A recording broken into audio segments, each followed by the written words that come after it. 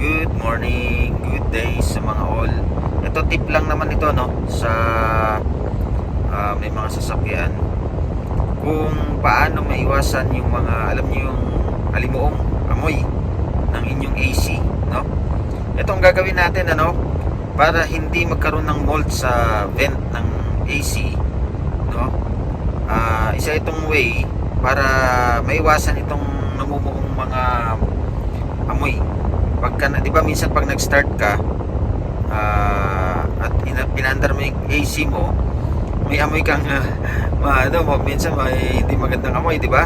Itong technique para mawala yan, ano? For example, galing ka sa paggamit ng iyong AC, ng iyong sasakyan.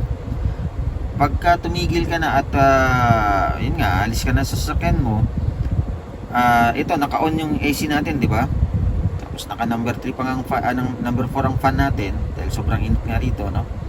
Ang inyong gagawin ay i-off muna yung AC, no?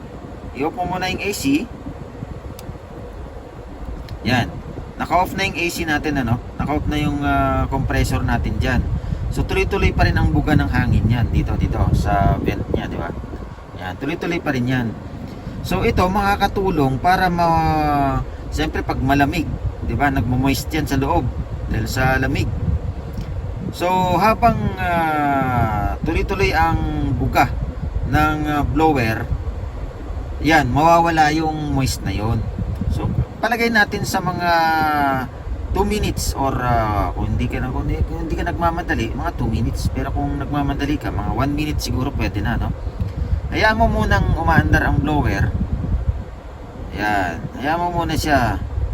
So, kung inip na inip ka na, di pwede mo na patayin. So, babaan na natin itong blower. Tapos, i-off na natin yung blower niya. Totally, mawawala na yung wala na yung hangin, yun. Mainitan ka na. Kaya lalabas ka na talaga sa sasakyan mo.